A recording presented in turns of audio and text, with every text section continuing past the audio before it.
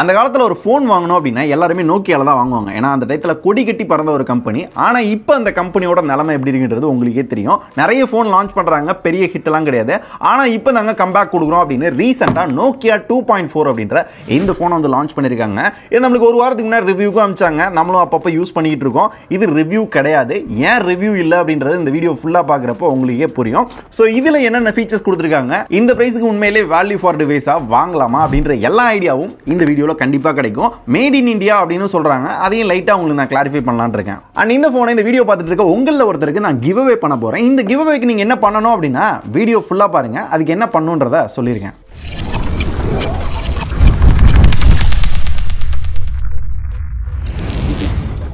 Okay, Nokia 2.4 நம்ம சேனல்ல first டைமா ஒரு Nokia ஃபோன் பத்தி வீடியோ போடுறோம். இதுக்கு முன்னாடி பெருசா யூஸ் பண்ணதும் கிடையாது, வீடியோ போட்டதும் கிடையாது. சோ ஃபர்ஸ்ட் இந்த பாக்ஸ் கண்டென்ட் என்னென்ன இருக்கு அப்படின்றத பார்த்தறலாம். சுத்தி இத பார்த்துட்டு அன்பாக்ஸ் பண்ணிரலாம். சோ அன்பாக்சிங் பாத்தீங்க அப்படின்னா Nokia 2.4 அப்படினு போட்டு இந்த போனோட பிக்சர் போட்டுருக்காங்க. அண்ட் ஆல்சோ 2 வருஷத்துக்கான ஆண்ட்ராய்டு அப்கிரேட் கண்டிப்பா கொடுப்போம் அப்படின்றத போட்டுருக்காங்க. பின்னாடி பாத்தீங்க அப்படின்னா இதர ஃபீச்சர்ஸ்லாம் கொஞ்சம் எக்ஸ்பிளைன் பண்ணிருக்காங்க. அண்ட் மேட் இன் இந்தியா அப்படின்றதையும் மென்ஷன் பண்ணிருக்காங்க. அண்ட் சார் வேல்யூ பாத்தீங்கன்னா இங்க போடல, போன் ஓபன் பண்ணி அதுக்கு அப்புறம் சொல்றேன். ரொம்ப நாள் கழிச்சு ஒரு சதுரமான பாக்ஸ்ல ஒரு போன் வந்து பாக்குறேன். ஏன்னா இப்போ வர ஃபோன் எல்லாமே ஒரே மாதிரி பாக்ஸ்ல தான் கொண்டு வராங்க.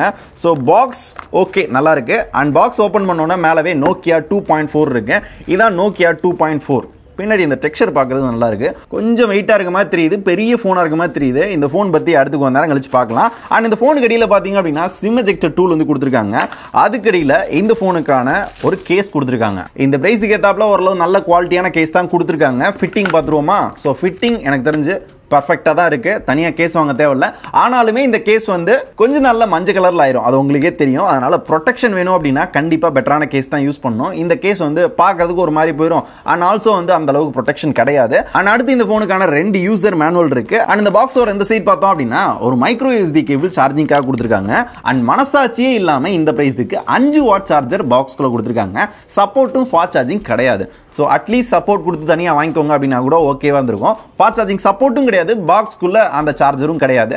சோ 5 வாட் ரொம்ப ஸ்லோவா மட்டும் தான் சார்ஜ் பண்ணும். சோ பாக்ஸ் கண்டென்ட் அப்படிதாங்க. இப்போ இந்த போனுக்கு வந்தோம் அப்படின்னா இந்த போனை கையில் எடுத்தோடனே ஒரு பெரிய போன் மாதிரி தோணுது. அண்ட் ஆல்சோ குவாலிட்டி பாத்தீங்க அப்படின்னா பெட்டரா தான் பில்ட் பண்ணிருக்காங்க. பின்னாடி இந்த டெக்ஸ்சர் பாத்தீங்க அப்படின்னா தெரியுதுங்களா, ஒரு நல்ல டெக்ஸ்சர் கொடுத்துருக்காங்க. அதனால கையில பிடிக்கிறதுக்கு நல்ல கிரிப்பா இருக்கு. ஆனா ஒரு பெரிய போன் அப்படின்ற மாதிரி ஃபீல் ஆகுது. லைட்டா கொஞ்சம் வெயிட்டும் அதிகமா இருக்க மாதிரி தான் ஃபீல் ஆகுது. அண்ட் இந்த போன்ல நான் முக்கியமா உங்கள்ட்ட சொல்ல வேண்டியது, இந்த பிரைஸுக்கு இந்த போன்ல கொடுத்துருக்க ப்ராசஸர் பாத்தீங்க அப்படின்னா MediaTek Helio P22 கொடுத்துருக்காங்க. இதோட விலை 10,300 ரூபாய். இந்த 10,300 ரூபாய்க்கு P22 அவன் G70, G80, G85 அப்படின்னு எல்லாருமே கொடுத்துட்டு இருக்காங்க.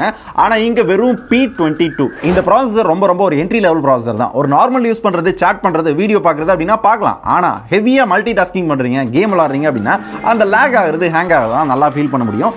இந்த 10,000 ரூபாய்க்கு இந்த ப்ராசஸரை நான் கண்டிப்பா எதிர்பார்க்கல. அட்லீஸ்ட் ஒரு G35, G70 அந்த மாதிரி கொடுத்துருந்தாங்க அப்படின்னா ஓகேவா இருந்திருக்கும். 10,000 ரூபாய்க்கு P22 அப்படின்றதெல்லாம் அக்செப்டபிளே இல்லை. இந்த ப்ராசஸர் மேட்டரை முட்டு கொடுக்கறதுக்கு இவங்க என்ன பண்ணாங்க அப்படின்னா, எங்க ஸ்டாக் ஆண்ட்ராய்டு யூஸ் பண்ணுவோம் எப்பயுமே, அது உங்களுக்கே தெரியும். அதனால வந்து ஆட் வராது, ப்ளோட்வெஸ்லாம் இருக்காது, அது உங்களுக்கே தெரியும். ஆனாலுமே அடுத்த 2 வருஷத்துக்கு நாங்க அப்கிரேட் கொடுப்போம், ஆண்ட்ராய்டு அப்கிரேட் கொடுப்போம் அப்படின்னாங்க. இட் மீன்ஸ் 11 and 12 வந்து வரும் அப்படின்றாங்க. என்னதான் 11 and 12 வந்தாலும் அதுக்கேத்தாப்புல ஹார்ட்வேர் இருந்தா தானே அப்பப்ப யூஸ் பண்றதுக்கு அந்த ஸ்மூத்னஸ் கொடுக்கும். சும்மா ஒரு பரவாயில்லாத ஹார்ட்வேரை கொடுத்து நான் அப்கிரேட் கொடுப்பேன் அப்படின்னா இதுல என்ன நியாயம்ன்றது தெரியல. அண்ட் எனக்கு தெரிஞ்சு நோக்கியா பொறுத்தவரை அந்த அப்டேட்ல குறை வைக்க மாட்டாங்க. உடனே அப்டேட் வந்து கொடுத்துருவாங்க. ஆண்ட்ராய்டு 11 ரெடியா இருக்கு, சீக்கிரமே அப்டேட் கொடுப்போம் அப்படின்னு சொல்லியிருக்காங்க. இந்த செக்யூரிட்டி பேட்சும் பாத்தீங்க அப்படின்னா உடனே வரும். இருந்தாலும் இதை கொடுத்தாலும் ஹார்ட்வேர் இன்னும் பெட்டரா கொடுத்துருக்கணும் அப்படின்றது as a யூசரா என்னோட ஃபீட்பேக். அண்ட் முன்னாடி நான் சொன்ன மாதிரி ஒரு பெரிய போன் மாதிரி ஃபீல் ஆகுதுன்னு சொன்னேன்ல, அதுக்கு முதல் ரீசன் பாத்தீங்க அப்படின்னா ஒரு பெரிய டிஸ்ப்ளே இருக்கு. 6.5 இன்ச்ல HD plus LCD டிஸ்ப்ளே கொடுத்துருக்காங்க. அதுல என்ன ப்ரொடெக்ஷன் இருக்கு அப்படின்னு தெரியல, ஆனா ஒரு பெரிய டிஸ்ப்ளேவா இருக்கு. அண்ட் இதோட குவாலிட்டி, அவுட்டோர் பிரைட்னஸ், கலர்ஸ் பார்க்கிறதுக்கு எல்லாமே பாத்தீங்க அப்படின்னா பரவாயில்ல அப்படின்ற மாதிரி தான் இருக்கு. ரொம்ப நல்லா இருக்கு அப்படிலாம் சொல்ல முடியல, பரவாயில்ல அப்படின்ற குவாலிட்டி தான் இருக்கு. இந்த டிஸ்ப்ளேக்கு மேல பாத்தீங்க அப்படின்னா ஒரு வாட்டர் ட்ராப் நாட்ச்ல 5 மெகா பிக்சல் செல்ஃபி கேமரா கொடுத்துருக்காங்க. பின்னாடி பாத்தீங்க அப்படின்னா ட்ரிபிள் கேமரா மாதிரியே செட்டப் கொடுத்து 2 கேமரா கொடுத்துருக்காங்க. 13 mega pixel main camera, 2 mega pixel depth, சும்மா கடமை கொடுத்துருக்காங்க. கடைசி வந்து ஃபிளாஷ். அது கீழே பாத்தீங்க அப்படின்னா ஃபிங்கர் பிரிண்ட் சென்சார் கொடுத்துருக்காங்க. இந்த ஃபிங்கர் பிரிண்ட் சென்சார் பாத்தீங்க அப்படின்னா ஓரளவு ஃபாஸ்டாவே வந்து அன்லாக் பண்ணுது, அதுல இஷ்யூ இல்ல. அண்ட் ஆல்சோ ஃபேஸ் அன்லாக் கொடுத்துருக்காங்க, அது பரவாயில்லாம இருக்கு. இந்த கேமராவோட ஃபீச்சர்ஸ் அப்படின்னு பாத்தீங்கன்னா பெருசா சொல்றதுக்கு ஒண்ணும் இல்ல. நார்மலா போட்டோ எடுத்துக்கலாம், போர்ட்ரேட்ல போட்டோ எடுக்கலாம். வீடியோ பாத்தீங்க அப்படின்னா 1080 பிக்சல்ஸ்ல வீடியோ ஷூட் பண்ணலாம். ஃப்ரண்ட்ல 720p ல வந்து வீடியோ ஷூட் பண்ணிக்க முடியும். அதுவும் பேனோராமா இருக்கு, டைம் லாப்ஸ் இருக்கு, அண்ட் பியூட்டி மோட் கொடுத்துருக்காங்க, நைட் மோட் கொடுத்துருக்காங்க. என்னதான் இத்தனை மோட் கொடுத்தாலும் கேமரா கேமரா குவாலிட்டி பாத்தீங்க அப்படின்னா பரவாயில்ல அப்படின்ற ரேஞ்சுக்கு தான் இருக்கு. ஸோ இந்த 10,000 ரூபாய்க்கு பாத்தீங்க அப்படின்னா அவன் 48 மெகா பிக்சல் வரையெல்லாம் சில கம்பெனி கொடுத்துக்கிட்டு இருக்காங்க. ஆனாலுமே இங்கே வெறும் 13 மெகா பிக்சல் தான். ஆனால் அந்த குவாலிட்டியும் பாத்தீங்க அப்படின்னா அந்த அளவுக்கு ஆப்டிமைஸ் பண்ணப்படலை அப்படின்ற மாதிரி தான் தோணுது. ஸோ இந்த சாம்பிள்ஸ்லாம் பார்க்குறப்ப உங்களுக்கு நல்லாவே புரியும் நினைக்கிறேன். அடுத்து இந்த ஃபோனில் நீங்கள் கண்டிப்பாக தெரிஞ்சுக்க வேண்டிய விஷயம் என்னன்னா பேட்டரி 4200 mAh பேட்டரி கொடுத்துருக்காங்க. இதை சார்ஜ் பண்ண இந்த பிரைஸுக்கு தான் இந்த 10,000 ரூபாய் 10,500 ரூபாய்க்கு 5 வாட் சார்ஜர் மைக்ரோ யூஎஸ்பி கொடுத்துருக்காங்க. ஃபாஸ்ட் சார்ஜிங் சப்போர்ட் கூட கிடையாது. ஸோ இந்த 5 வாட்னால என்ன யூஸ் அப்படின்னா முன்னாடியே நான் சொன்ன மாதிரி பேட்டரி லைஃப் பார்த்தீங்க அப்படின்னா பெட்டராகவே இருக்கும். அண்ட் ஆல்சோ இந்த பேட்டரியோட யூசேஜ் அப்படின்னு பார்த்தீங்க அப்படின்னா 4500 mAh battery, MediaTek helio P22 ஒரு ஹச்டி டிஸ்பிளே அப்படின்றதுனால பேட்டரி யூசேஜும் தாராளமாக நார்மல் யூஸ்ல 2 நாள் வர்றதுக்கு வாய்ப்பு இருக்கு. அதனால அந்த பேட்டரி யூசேஜ் அண்ட் லைஃப் பார்த்தீங்க அப்படின்னா பெட்டரா இருக்கும். ஆனால் இப்போ இருக்க டெக்னாலஜி 10,000 ரூபாய்க்கு எனக்கு ஃபாஸ்ட் சார்ஜிங் வேணும் அப்படின்னு நினைக்கிறவங்களுக்கு கண்டிப்பாக செட் ஆகாது. ஸோ அட்லீஸ்ட் டைப் சி கொடுத்துருந்துக்கலாம், இல்லை ஃபாஸ்ட் சார்ஜிங் சப்போர்ட்டாவது கொடுத்துருந்துக்கலாம். அது எதுவுமே கொடுக்கல. 3.5mm ஜாக் கொடுத்துருக்காங்க. Call quality and sound quality பார்த்தீங்க அப்படின்னா அதுவும் ஓகே அப்படின்ற மாதிரி தான் தோணுச்சு. அண்ட் இதெல்லாம் தவிர 3GB RAM 32GB இன்டர்னல் அப்படின்ற ஒரே வேரியன்ட்ல தான் லான்ச் பண்ணிருக்காங்க. மெமரி பார்த்தோம் அப்படின்னா இன்க்ரீஸ் பண்ணிக்கலாம். டெடிகேட்டட் மெமரி கார்டு ஸ்லாட் கொடுத்துருக்காங்க. 2+1 ஸ்லாட் இருக்கு. 2 சிம் கார்டு அட் அ டைம்ல ஒரு மெமரி கார்டும் போட்டுக்க முடியும். தென் FM ரேடியோ சப்போர்ட் இருக்கு. சென்சார்ஸ் எல்லாமே ஓரளவு கவர் பண்ணிருக்காங்க. மேட் இன் இந்தியா அப்படின்ற ஒரு விஷயத்தை வந்து முன்னிறுத்துறாங்க. இது உண்மையா அப்படின்னு கேட்டீங்கன்னா நோக்கியா அப்படின்ற கம்பெனி வந்து உண்மையிலேயே ஒரு நான் சைனீஸ் பிராண்ட் தான். ஆனா அதை வந்து லெனோவா அப்படின்ற ஒரு கம்பெனி வாங்கி HMD குளோபல் அப்படின்ற கம்பெனிக்கு தான் இப்போ வந்து பண்ணிட்டு இருக்காங்க.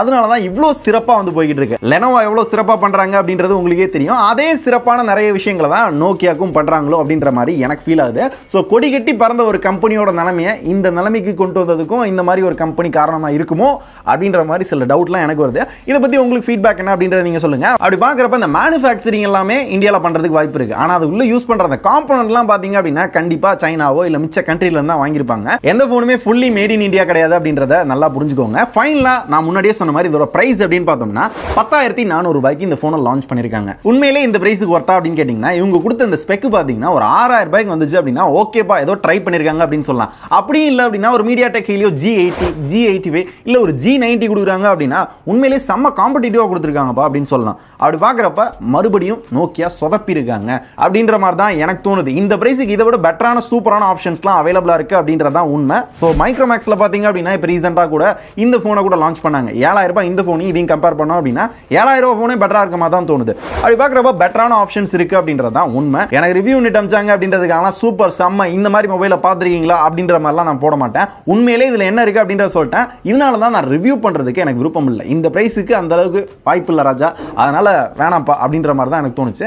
இல்ல ப்ரோ எனக்கு ரிவ்யூ பண்ணுங்க நான் வாங்க போறேன் அப்படின்னு நீங்க நிறைய பேர் கேட்டீங்க அப்படின்னா நான் ரிவ்யூ பண்றதுன்பா. அண்ட் ஃபைனலா இந்த போனை நான் ஸ்டார்டிங்லேயே சொன்ன மாதிரி இந்த போனை நான் கிவ் அவே பண்ண போறேன். இந்த கிவ் அவேல நீங்க வின் பண்றதுக்கு என்ன பண்ணணும் அப்படின்னா சிம்பிளா 2 விஷயம் தான் பண்ணணும். முதல் விஷயம் நம்மளோட இன்ஸ்டாகிராம்ல நீங்க என்ன ஃபாலோ பண்ணல அப்படின்னா ஃபாலோ பண்ணிக்கோங்க. லிங்க் வந்து டிஸ்கிரிப்ஷன்ல கொடுத்துருக்கேன். அண்ட் ரெண்டாவது பாத்தீங்க அப்படின்னா ஒரு மரக்கன்று வாங்க, அதை நட்டு வீடியோ எடுத்து அது என்னைக்கு தேதி, அது என்ன மரம், உங்களோட பேர் என்ன, எந்த ஊர் அப்படின்றத சொல்லி அதை ஒரு வீடியோ ரெக்கார்ட் பண்ணி அந்த வீடியோ நம்மளோட ட்விட்டர்ல டேக் பண்ணி போஸ்ட் பண்ணுங்க. அதுல ரேண்டமா ஒருத்தரை சூஸ் பண்ணி இந்த போனை நான் கிவ் அவே பண்ண போறேன்.